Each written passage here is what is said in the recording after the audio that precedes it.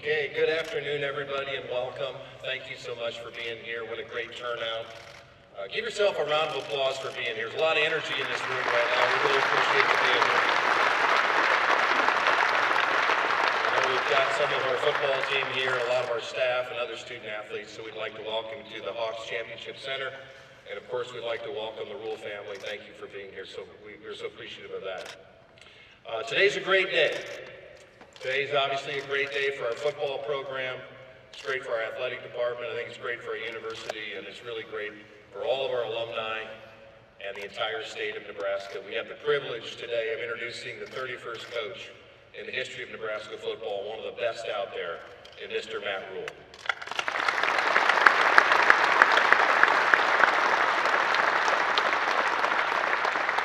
So what I'd like to do is, I know you're not here to hear me, you're here to hear Coach Rhule, but I thought I want to go through a few thank yous.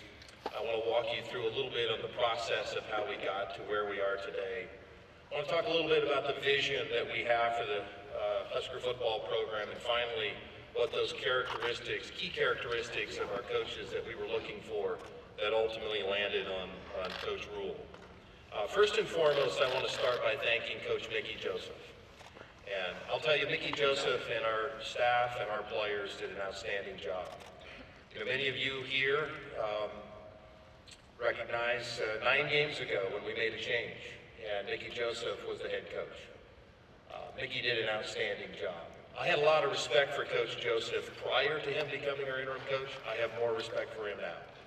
The way that he worked, continued working, doing the right things, fighting hard for these young men, and investing in them was really something. And to see them have that moment against Iowa was really, really special. So really, really proud of Coach Joseph and his staff and our players, and I want to thank them. I want to thank President Carter. I want to thank Chancellor Ronnie Green. I want to thank our Board of Regent members who we have here. I want to thank Governor-elect Pillen. I'd like to thank our staff. I'd like to thank the media. But I'd like to thank you for giving me the space to run an effective search. I know it was a long time. I think it was the longest search in the history of Nebraska athletics, probably. But it was very meaningful to me that you all allowed us to do a real search and gave me the space to do that. So thank you very much for allowing me to do that. I'd like to thank my wife, Angie, and I'd like to thank our staff. The fact of the matter is, for the last couple of months, I've been a little bit remote. This has consumed all of my time, and I'm just so grateful to have the staff we have in Husker Athletics who worked really hard to make sure that everything was moving forward appropriately, so I want to thank them. I want to thank Julie, Brian, Vivi, and Leona. Thank you guys so much for allowing your husband and your father to become the head coach at the University of Nebraska. You're going to love this place. Husker Nation is going to love you. And we're going to support you and your family. So thank you for believing in us, and I want to thank you for being Huskers. This is awesome.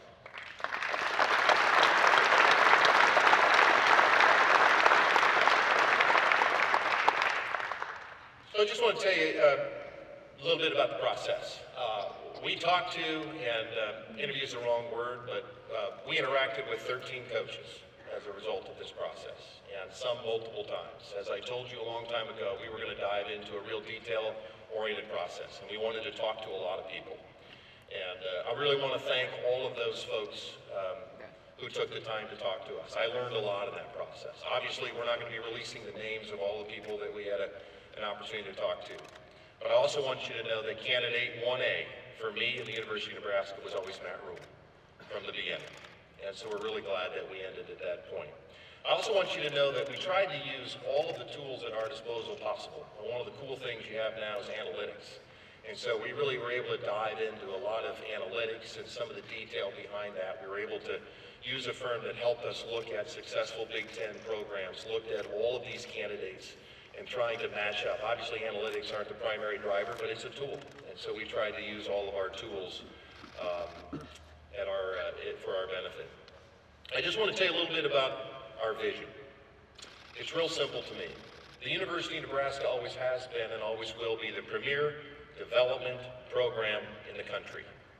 That's our DNA, that's who we are. For those of you who drove up, you saw the Go Big project. You can see the investment of our donors into that. That's the brick and mortar behind the greatest development program in college football. That was going to be really important to me as we look for our next head coach. Secondly, a focus on toughness. If there's anything this program's been about the last 30, 40 years, is this is a program that's based on toughness. And so I was looking for coaches who understood what toughness looked like, what practice looked like, and ultimately getting back to the vision of being the most physical team on the field on Saturday. That's Nebraska football, that's Husker athletics, and toughness was a key component of what our vision was going to be. Third and finally was a clearly defined identity. It's something that I really believe in. We're going to believe in something, and we're going to dive into it, and we're going to play complementary football. And I believe that's what Coach Matt believes as well. He'll get a chance to tell you about his vision. So some of the quick coaching characteristics that we were looking for, and some of this is redundant. Obviously, we talked about this a little bit before, but an authentic leader. It's really important to me. We need leadership. We need someone that our players are willing to follow, and our coaching staff. And we have that in Matt Rhule. We need a man of integrity. This program has been built on integrity. We do the right thing all the time. And so having a leader of integrity was really important to us as well. A culture builder, a people manager, someone that understands how to build it brick by brick from the bottom was critically important to me. A process-oriented individual. Details matter. As you think about the Big Ten Conference and where we're going, and how USC and UCLA and perhaps others someday come into our league, and the level of coaching that's going to happen in the Big Ten. Attention to details and process are going to be really, really important to our future. Being a grinder, as I've talked before, is really important. You got to work at this job. You got to be passionate about winning. And finally, a strategic thinker. And as we said about our process and talking to those coaches, there was one coach that consistently stood out from everybody else. One coach who went to multiple places at multiple levels and had the strategic vision to create the structure around what it took to win at that place. Let's be honest, we're at a critical juncture in our history as a football program. And having somebody that has a track record of understanding how to build a program at multiple levels and in multiple locales with multiple strengths and weaknesses was really, really important to me. Matt, I just want to thank you. I want to thank you for believing in me and believing in the University of Nebraska. I want you to know that Husker Nation is behind you. We're going to support you, and we're going to work as hard as we can to help you and our program be successful. And so it is now my distinct privilege and honor to get to introduce the 31st head coach of the University of Nebraska's football program, Mr. Matt Rhule.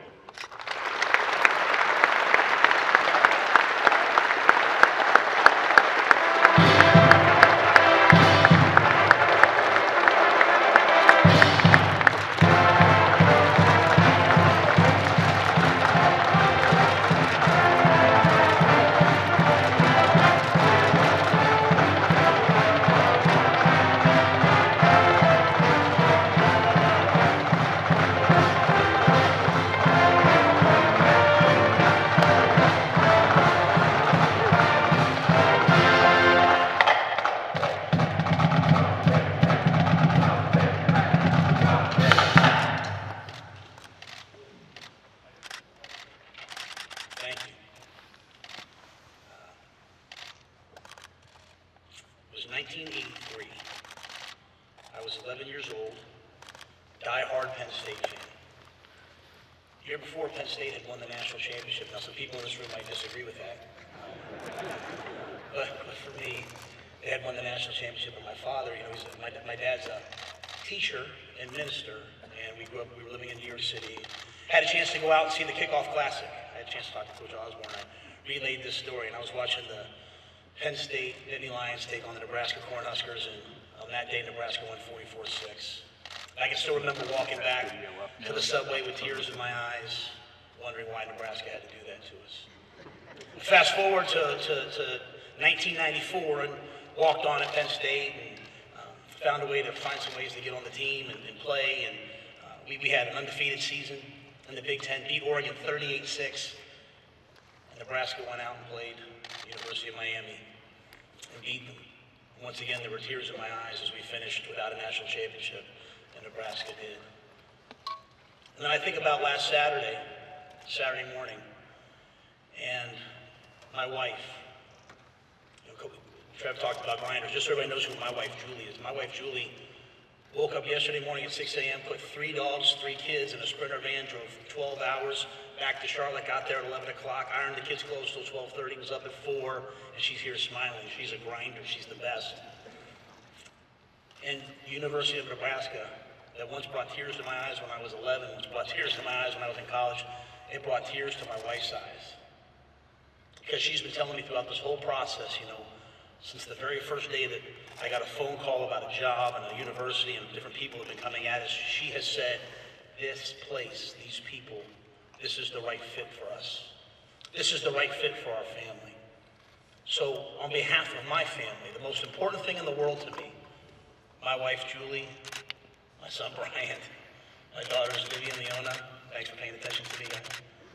I want to thank Husker Nation. I want to thank the University of Nebraska. I want to thank Chancellor Green for this opportunity.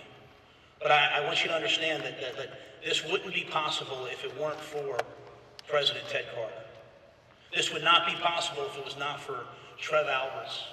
It would not be possible if it was not for Angie Alberts. Because throughout this process, we found what we've been looking for. We found leadership. We found alignment. Like how do you put numbers like this up on the wall? How do you have the great seasons? How do you have 5 national championships? You need leadership and you need alignment. And I've learned that lesson. I've learned that no matter how fertile the seed is, man, it's got to be in great soil for the plant to grow. I could have taken a year off. Some people might think that, my wife was tired of me after 6 weeks. And while that might be a little bit true, that's not why I'm here today. I'm here today because as I talked to Trev, the passion for football was reborn inside me. The passion for young people was reborn inside of me. When we came to Lincoln, and we snuck into Lincoln, and we drove around, we said, you know what, this is a place that's committed to greatness. This is a place that's committed. Look at this facility that's committed to player development. These are people that love their university, that love their state, and love their football team. So as people ask me why, I am here because this is the right fit. It's the right time. And if I have one message for you, we can absolutely do it. We can absolutely get the University of Nebraska and the University of Nebraska football exactly where it's supposed to be. It will be hard. It may take time, but it will be done. So thank you, Trev. Thank you, President Carter, for setting a vision for us that made us decide to call this home. I want to echo what Trev said. I thought it was awesome watching the team on Friday play against Iowa, and I'm sitting there watching it and trying to figure out, hey, is this going to be the team that I coach next year? Coach Joseph and his staff just showing tremendous leadership. The players on that team have had a chance to meet the team, talk to some guys, just showing the leadership to keep that team together. And again, that's what I hope that I bring. Because if there's one thing I've learned in the last couple of years after my foray in college, in the National Football League, it's that anybody can lead when things are easy. That's convenient leadership. Who steps up when things are hard? Who stepped up for this team in the middle of the season when the coach is gone and guys can go either way? Like, who steps up when we haven't had the success as a program that we want? Who's going to step up and fill the void, stand in the gap? And I'm honored that I've been chosen for that. And I'm just one small piece of it. Leadership isn't just a position, it's a way of life. And I hope, and I'll start today, I can promise you this, I'm going to rip this suit off sometime tonight, and I'm going to go back to my office, and I'm going to start to recruit, and I'm going to start to do all the things. But I am honored to say that I have a chance to lead this football program. When people ask why, besides living here in Lincoln, besides the leadership that I found, besides the opportunity, and just the resources and support. My son, he's with this YouTube generation. I have seen the tunnel walk maybe 5,000 times. I have seen post-game celebrations. I've seen the hype videos. I feel like, and I don't know Nebraska well enough yet, and I hope you'll bear with me because I want to embrace everything that has to do with the University of Nebraska and the University of Nebraska's football program. But I feel like through him and through some friends of mine who played here, that this is exactly the right place at the right time. And let me say it again, I believe we can do it. So thank you to my family. When you ask me what our vision is, and Obviously, we want to have Heisman Trophy winners. We want to win major awards. We want to win conference championships. We want to win national championships. But guys, I'm a day-by-day guy. I'm a process guy. I'm a what's next person. And I can just tell you this, that I want to build a team that's tough. I want to build a team that's hardworking. I told the team that today, like, the price of glory is paid in here at 6 a.m. The price of glory is paid on the recruiting trail. Like, we are going to work harder, I can't say than anybody else, but harder than we've ever asked ourselves to work, because this is going to be hard. You can't win 3 games and then win 4 games and then just come to work excited about just, hey, what's going to happen next? So we have to have a plan, and that plan involves working harder than the next man. We're going to build a team that's tough. We're going to build a team that's hardworking. We're going to compete in everything that we do. There's not a game that I expect to ever walk into where we don't expect to win. We want to honor the people who take their hard-earned money. Like, it is not a burden, but a responsibility on me as the coach to know that there will be people from all across the state who take the money that they make with their hands and with their work and with just their daily toil, and they spend it to come watch our team play. And you know what? You can't win every game every year. It just doesn't happen. But you can certainly be a team that people are proud to watch. That's the type of team I want to be. From the spring game to a practice to a mat drill to a weightlifting session to a meeting, I expect our guys to be tough. I expect them to work hard, and I expect them to compete. And I expect that because I and my staff will do the same thing every day. That's sort of our vision for how we are. You know, we're not going to be a new spread teams, and we're not going to be like that. We're going to be a little bit more of an old school type of a team. Okay, we're going to be a physical team. You know, we'll be balanced, and you guys, I know you guys ask lots of questions. We'll always try to do what the players do well, but at the end of the day, I don't believe you can win if you can't win the line of scrimmage. We want to have fast players, explosive players. We want to have speed. We want to have great quarterback play. But at the end of the day, through the weight room and recruiting, we want to have a physical team that can control the line of scrimmage and control the game. I believe that's the type of team that can win in the elements. That's the type of team that can win on the road. That's the type of team that can have a lead and keep a lead. That's the type of team that Nebraskans want to see. And then finally, how? Because it all sounds good. Press conferences are fun. But how are we going to do it besides just the work? I think it's important for all of us to understand that football has changed. College football has changed even in the last 2 years since I left. NIL, portal, transfer, all these different things. And I think for all of us, we can look at what we've done. We can celebrate the past. We can learn from the past, but we have to have an eye to the future. The game is changing around us, and we have to change with it. We have to recruit people that want to be Nebraska men. We have to recruit people who want to wear the N. We have to recruit people who want to pay the price for this team. Well, I know that there's some salary stuff now. We can, this guy can get this guy can get that, and we'll be involved in all of that because we want to bring the best players here. But at the end of the day, I want players who want to come here, who want to not just graduate, they want to be educated. They want to take advantage of this opportunity to change their lives in the classroom, to change their lives through education. I want to bring players here, and I want to have a program that impacts the community. That when you see a Nebraska football player, you know that wherever you are is better for them having been there. That they will always leave a place better than they found it. I want to bring players here who make the campus community better. Like, you're not going to see me and my family hanging out. Like, you're going to see us at the local diner. You're going to see us at the salt. Like, that's who we are. We did not come here to live in seclusion. We want to be a part of this community. We want to be a part of this community, and I want players who want to do the same thing. Get educated, graduate, impact the community, impact the campus, and then play great football. And I want guys that want to be pro football players. I've had a chance to coach in the National Football League twice. So many players have left the University of Nebraska and gone on to the NFL. And while talent can get you there, character and integrity and work ethic and professionalism will keep you there.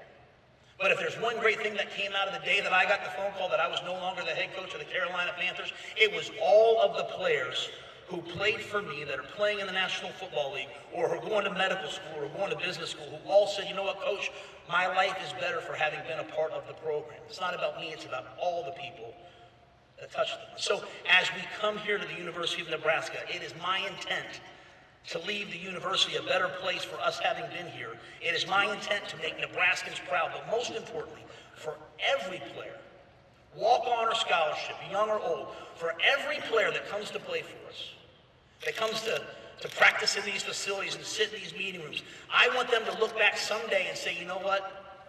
My professional life, my personal life, my football life, it was all better for having been a Nebraska Cornhusker.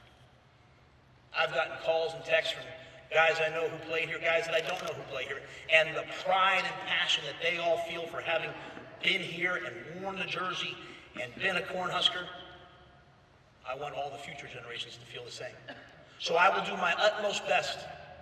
I will do my utmost best to respect the tradition, respect that honor, and I hope that you guys will trust me to take us to another place, take us into the future, because it can happen. And as Trev said, the time is now. The time is now. And it's not really just about me, it's really about all of us, because we have to be all in. If you want to see something fail, have a bunch of people stand around and wait to see it fail. If you want to see something succeed, everybody, even when you disagree, just move ahead and push ahead. It's going to take everybody who bleeds red to get the Nebraska Cornhuskers to where they're supposed to be. But we will do it, but we'll have to do it together. It's my honor, it's my family's honor. I want to make sure I thank them again. I want to thank my mother and father who couldn't be here, but who are so critical in my life. I want to thank all the players at the Carolina Panthers. I want to thank all the players that played for me at the Baylor Bears. I want to thank all the players who played for me at the Temple Owls. I would not be here in this moment, in this iconic program, if it wasn't for them. And I also want to thank the pictures in the back. Whoever picked that picture of me with the Nebraska red, that's got to be at least 10 or 12 years ago. And I don't look that good anymore. I want to thank that person. I'll just finish with this. As we went through this process, and there were bumps and hurdles, and Trev had to overcome some things, contractually, and there were a lot of forces at work. Anytime things got difficult, my wife would look at me and she'd say, Admiral. She'd look at me and she'd say, Trev, trust the people. I trust them. I'm just so grateful that they trust me. Thank you so much.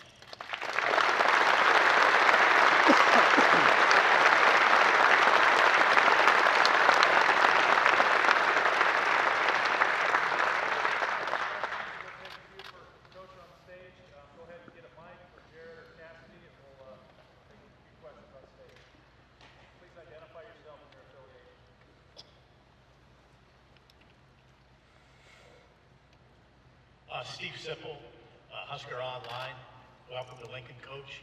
You talked about the line of scrimmage, and I'm wondering a couple of things. Did the line of scrimmage come up in the interview process, and why are you confident that you can fix that part, enhance that part? Yeah, I think when I talked to Trev, we talked a lot about just, hey, what's your philosophy, right? So if you found a player that played for me at any of the three places, they'll probably say 5 or 6 things. Don't beat ourselves, win the line of scrimmage, which means run the ball and stop the run, protect and affect the passer. So there's core tenets that I believe in. How you get there. At Temple, we were a fullback in the I formation, and occasionally spread out. When I was at Baylor, I had 4 NFL wide receivers. We were spread out. But at the end of the day, the offensive linemen and the defensive linemen in high school football, college football, and in the NFL, they determine it. So in terms of getting there, I'm walking in a little bit blind in terms of, I've seen the games on TV, I've had a chance to watch. This process hasn't gone on so long, so I've had a chance. But, I'll have to get into spring. I'll have to see where we are to know that. But for me, it's just a vision. A vision doesn't mean that's the picture that's here. The picture that's here, I have to get into that. But the vision is to build up front. And that's not just recruiting, that's also the way that we want to train. And, I'm confident because we've done that at Temple. I think right now there's 24 guys playing in the National Football League from Temple and Baylor combined, and none of those guys were 4- and 5-star recruits, but we were able to develop them. So that'll be our plan here as well. Hey Matt, Brian Christopherson from Husker 24/7. Welcome. If you had a chance to talk with Mickey Joseph, there's a lot of interest in him around here after the job he did, and what goes into the considerations of possibly retaining people who are on the staff? Yeah, I reached out to Mickey right when I got the job. Looking forward to talking to him at some point here and talking to the rest of the staff. I've been on both sides of it. I've been an assistant coach on a staff that's been let go, and I've always appreciated the coach coming in and talking to me. I'll try to be thorough with that process over the next couple of days. My family will go back tomorrow, and the most important things to me right now are the current players. I need to sit down with them and talk to them, right? Like, they know the issues in the program more than anyone else, good and bad. When I say issues, I mean like good things. Hey, this is great. Hey, so I need to talk to the players, and I need to talk to the staff and coaches. To me, it all comes down to fit. People have to want to be here, number one. They have to want to be in the role that they're in. And, we have to all move forward. Again, when I've not had success, it's when, some people are pulling in one direction. There will be a very clear vision and a very clear process for how we do things within the walls of the football program and, within the X's and O's. And so any staff member that's bought into that, I'd love to talk to. And I agree. I think Mickey did a fantastic job. And I've known Coach Joseph for a while before that, not personally, but professionally. Excellent recruiter. Players love him. So I'm anxious to have a chance to visit with him and the rest of the staff.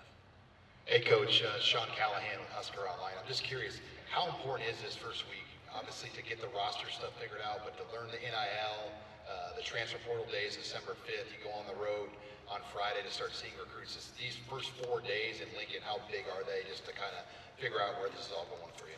Yeah, I literally, I got home that first day after no longer being the coach at Carolina and had a school call me. And so I've been working on this for a while, Again, there was a lot of thought in our family that we would take the year off and, just spend some time together. And I think that's really important. I think it's important for recruits to hear. I've told every recruit I've talked to, like, man, I'm not making more money to work today than I would have been if I was playing golf back in Charlotte. Like, I could be on the golf course making the same money today. So this wasn't a financial decision. This was, oh my goodness, I think I can fit there, and I think the people are right. So I say that to say that I had all that time to really dive into this, study some things NIL-wise, study some things, outside the transfer portal. And so I think this week's important. I mean, we've gotten going right away. We have a certain profile that we like to recruit to. We like big, fast guys, even if they're a little bit developmental. So we want to get as much speed as we can get anytime we can get it. So we've already gotten started with that. We just need to sit down with the guys that are here and see who else they were recruiting besides the guys that are committed. So this week's important. I don't know if I'll sleep very much, but you know what? Next week will be important, and the week after. And here's what I know: the future of Nebraska football is not hanging on one decision. It's hanging on accumulation of day after day after day. Great recruiting, great development, great coaching, great teaching. So we'll just try to make sure we do that. Just say what's next every day. Hey Matt, Eric Olson with the Associated Press. Had you not come to Nebraska, did you have any other opportunities to coach elsewhere? Do you have some of your staff set already? You have to bring some guys with you? So I'll say this humbly and only for recruiting, because normally I wouldn't say this, but I was offered other jobs, yes. And I just decided that this was the right one for me. So I had the chance to maybe sit a year. I had the chance to, I had some opportunities to do some TV and some broadcasting. I was offered, some other college opportunities. So I only say that to say how special this is. That we didn't say, hey, we better go take this job. We felt like this was a really special place with really special people, great alignment, great resources, and then a fan base unlike any other. I can't wait to bring recruits to games and let them see what a game in Memorial Field looks like, Memorial Stadium looks like. Sam McEwen from the Omaha World Herald, welcome to Nebraska, Coach. You're coaching in a league, a specific league, the Big Ten. It has a context. What do you know about that league, having grown up watching it? What kinds of players and coaches do you need to bring here to win in this league? Yeah, it's a great question. Obviously, having been at Penn State, the Big Ten was a different way, maybe a little bit at that point, a different type of a league. But, again, it goes back to the things I talked about. The margin for error in the Big Ten in most games is pretty slight. You can't beat yourself. You have to be a team that executes. Typically, if you look at the Big Ten, whoever has the best quarterback plays typically going to win. So you need to have not just a quarterback, but a system around the signal caller that lets them be successful. And you have to be able to win in the elements. You have to be able to win when it's hot early in the year, cold late in the year. You have to be able to win on the East Coast. Pretty soon you have to win on the West Coast. And so I think having defense, I think having a run game, those things are important, because if you can't play defense in this league, there's 3-4 games a year you're going to get run off the field. In terms of coaches, I want young, energetic, dynamic coaches. Whereas there's some leagues where you have to go hire some names, and there's some guys that hey, he's a recruiter and he's been in that area a long time. I think my ties recruiting and our ties recruiting in Texas are something that we're going to lean on. I think you look at the history of Nebraska and its ties to New Jersey, so obviously those are places that we're pretty well known, and then Florida. Those are the distinct areas. And then to me, just studying this job and taking a lot of time to study this job, the in-state talent I'm excited about.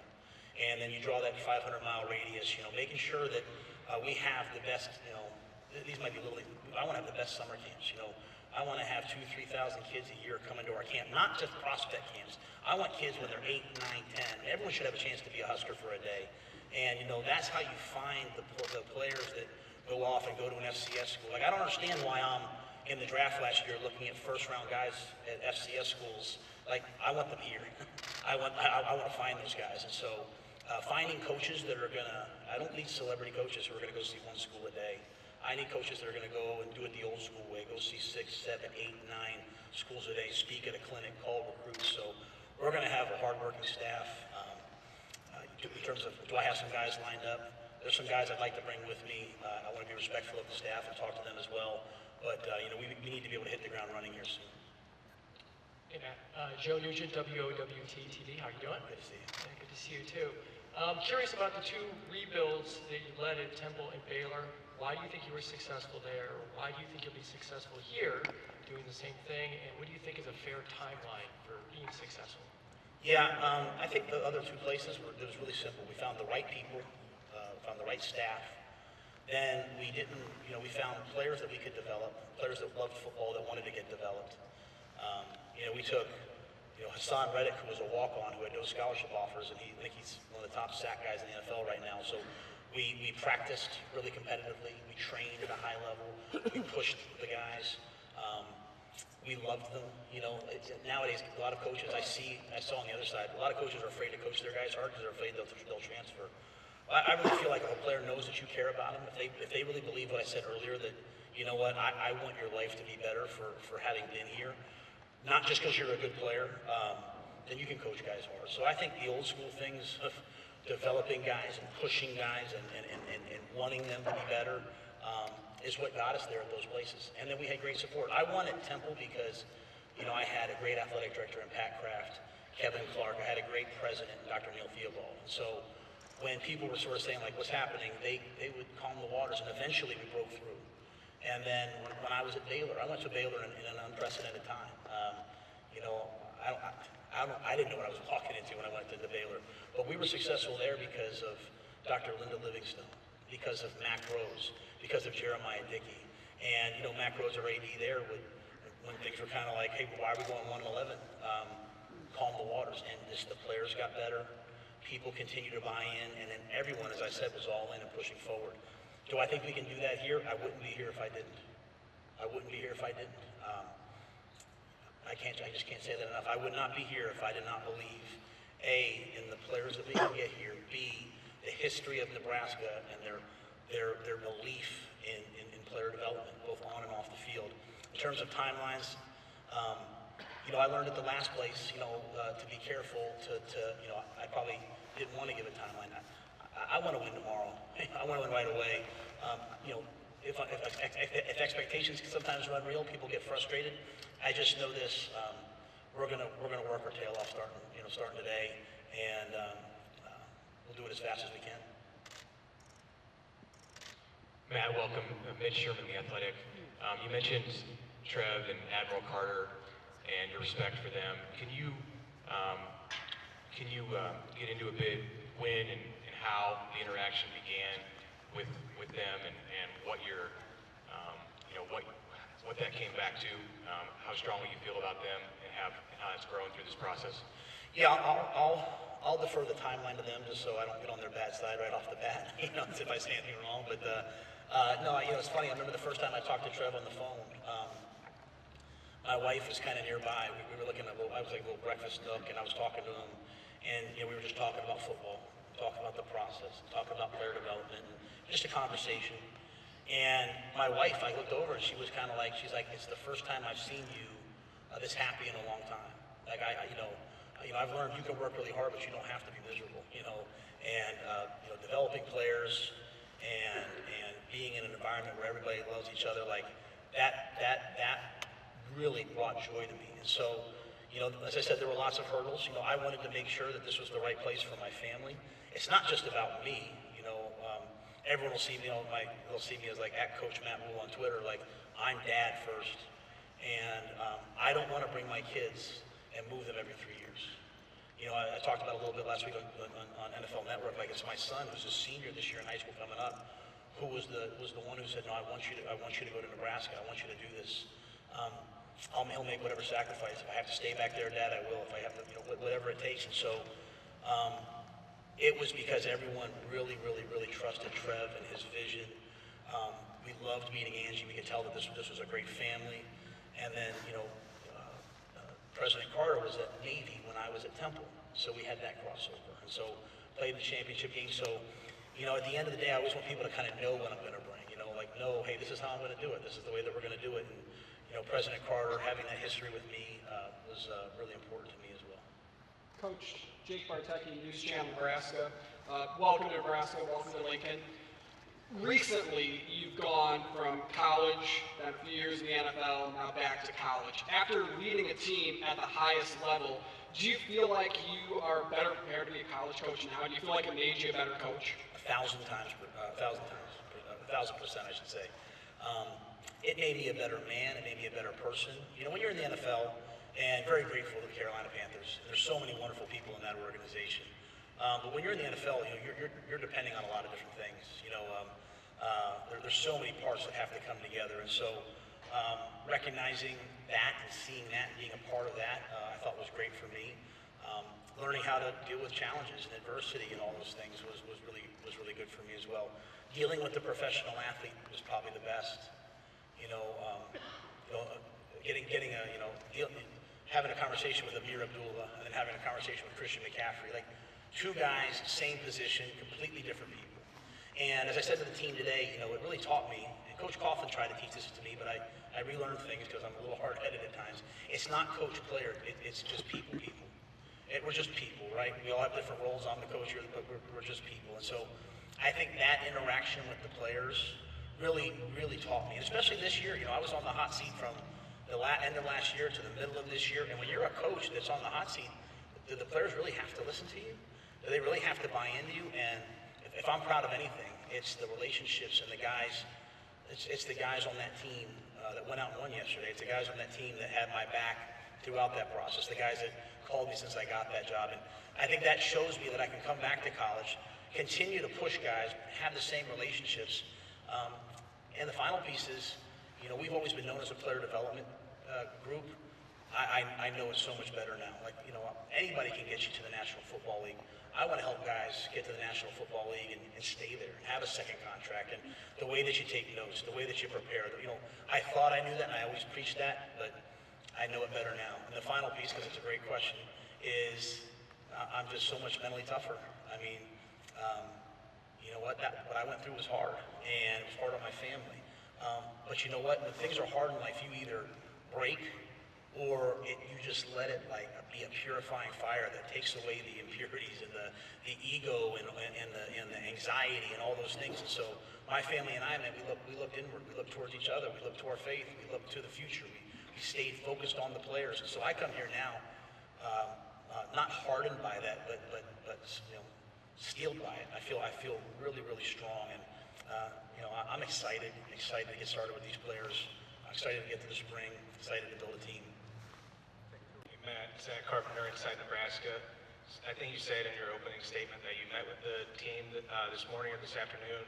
Can you just give us more details about what you said to the current players and the current coaches, if you met with them too? I have not met with the current coaches yet, just the players. And I started reaching out to the players, as I could over the last couple of days via text and some phone calls. And the message I had for them was, because I understand the position that they're in, not one player in that locker room signed up to play for me. Not one player was recruited by me, not one player chose to come for me. But I wanted them to know that, hey, I chose to come coach you. Like, I'm here to be your coach. I'd like to be your coach. I'm not one of those guys that comes in and runs everybody off. You know, I've never done that. I come in, I try to set a high standard, a high expectation. I hope that the veteran players on the team take my expectations and raise it. And so I said that to them. I wanted to make sure that they knew that when they got back in the spring that we were going to work at a really high level. And hard work is not punishment. Practicing and playing football is not punishment. Being physical at practice is not punishment. I wanted them to understand that the way that we can get to where we want to be is on the practice field, is through competing, that I wanted them to all be a part of it. I think it's an honor. I think it's a privilege to be a Nebraska Cornhusker football coach and football player, and I wanted them to appreciate that. And then finally, I told them I'd be here all week, and I look forward to talking to each guy. I want to hear their perspective. I want to hear from them. I think that's really important for me to learn more about this program right now. Hey, Coach. Steve Mark with Inside Nebraska. You've coached on both sides of the ball. Is there one specific side, offense, defense, that you're really passionate about? Not really. It's a great question. We've always historically, at Temple, after a couple years, we were in the top 10 in defense. At Baylor, our last year, I think we were in the top 5. I think we were in the top 5 in takeaways on defense. After 1 year in the NFL, Carolina, we were number 2 in the NFL in defense. So we've always built a culture of defense. I've tried to always offset that, on the other side by, trying to run the football and be physical on offense. Things that we got done at Temple and Baylor at a pretty high level. But I think everything's important. I really do. When Trev says complimentary football, I just think what you're saying is that every single play counts. And in today's world where we all get pulled in so many directions, trying to teach the team that, everybody just needs to go out and win the rep. If everybody wins the rep, forgets the play, what's next, win the next rep. So, I'm passionate about the game. I love offense, I love defense, I love special teams. And I think that's why, I try to hire staffs that are great teachers, have lots of energy, care about their players, and then I have enough knowledge maybe on both sides to see if there's a problem and step in if ever needed. Like this in News here in Lincoln. You mentioned talking with Tom Osborne over the weekend and a bucket list item for you. Can you expand on that conversation and any advice he shared with you? No, Coach was great. He just welcomed me, and I just told him, I said, hey, I wouldn't take this job if I didn't have your blessing, and he kind of laughed and said, you don't need my blessing, but I trust Trev, and I know that you'll do a great job, and I'm thankful that Coach Grant Taft, who's a special person in my life, and Coach Osborne have a relationship, so I think that they were able to maybe visit a little bit, but it was great to have a chance to talk to Coach Osborne. He's someone, as I said, that I've looked up to as a coach. You see a lot of things on sports today. You see a lot of things on ESPN today. I grew up in the era of the gentleman coach. The coaches that would battle for 60 minutes and then shake hands and go clinic together in the summer. And that was Coach Osborne. That was Coach Paterno. That was those men. And so he said he'd be here for me if I ever needed it, and I'll certainly take him up on that. Amy Just, Lincoln Journal Star. As you stand here today, what does success mean to you? Like, what does a successful team look like, and how do you get Nebraska back to that? Yeah, I think the first step, because I really talk in steps, and I'm not saying they're not there right now, so I don't want to ever say that. I think the first thing is that we are those 3 things that I talked about, like that we are really a tough team, that, no matter what the situation, no matter what the circumstances, we do what we say we're going to do and get it done, that this offseason that we work really, really hard and that we compete. You can sometimes in football, get so caught up in the results that you forget the process. And so I think if you're those 3 teams, then if you lose by 2 or you lose by 20, it's the same thing, you lost. And sometimes we fool ourselves into like, oh, it's a close loss here, it's a close loss there. This game, you go out each week with a mission, you either win or you lose. And so, I want to win as many games as possible, but I want to win the right way. And so the way for me is to make sure that the things that I talked about in this press conference, controlling the line of scrimmage, not beating ourselves. I'll talk about winning the turnover battle. If we do those things, then the results will take care of itself. I, like every other Cornhusker fan, want to go to a bowl game. I don't want to play just 12 games. I want to go to a 13th game, and then that, to me, that should be the bare minimum. And then I want to compete for the Big Ten championship. I want to compete for national championships. I just don't think we have the right to talk about that right now here today. Right now, today, this team and we're going to talk about, hey, let's be great this week. Let's be great in finals. Let's be great in recruiting. You know, if you go 3-9 and 4-8, then to me, we just have to worry about the spring. Let's be great this spring. And so that sounds like boring coach speak, but it's really how I live my life. It's how, you know, when I got fired a month ago, I said, okay, well, you know, I've been telling players forever, what's next? Worry about tomorrow. Then just do the same thing, Matt. What's next? Worry about tomorrow. Like, get fired one day, take your kids to school the next. You know, like, that's what it is. That's how most people live their lives, and that's how I want the team to live its life. What does success look like? I think if we're that kind of team, as the players continue to develop, we keep bringing in great talent, these guys buy in, the wins will come. Hey, Matt, Andy Kenny, KTV in Omaha, welcome to Nebraska. I want to ask you, you mentioned NIL and the transfer portal. How do you go about building your roster and mixing the portal kids and laying the foundation with kids that you recruit and develop? And can you do both? Yeah, I think you know the good teams are doing both. I think as your recruiting improves, you see the really strong teams across the nation. They probably have less transfer kids, but I think right now the first thing we'll do is continue to evaluate the roster. We will leave no stone unturned to find good players. They come in all shapes and sizes. We will take the walk-on program seriously. We'll take transfers seriously. We'll take NIL seriously. You know, when I talk about all in, that's making sure that we have the money to go do the NIL at the level that the teams we're competing against do it at. So we will look at everything. We just won't sacrifice the ideals, the integrity of the program. You know, the guys that come here, you know, there's nothing wrong with a young man wanting to make some money. You know, there's nothing wrong with a young man wanting to make some money off his ability. Every one of us, we want to be valued and we want to be compensated financially. There's nothing wrong with it. But they have to also want to be here for Nebraska. They have to want to be here for their teammates, and they have to want to win. And so when you find guys who want to come here, who want to develop, who want to get a degree, who want to serve and impact the community, who want to win, those are the guys that I want to make sure that we take care of financially when we can. And I know that the way it works is the collective, not me. I don't mean to say we get in trouble, but I think you understand what I'm saying. And you know what? I think it's a great incentive for young people to come in and play well, and the better you play, the more things that you do, the more opportunities that you have. And that's really kind of the American way, you know, the more you do, the more you get. And so we'll embrace all of that. All right, thank you all very much.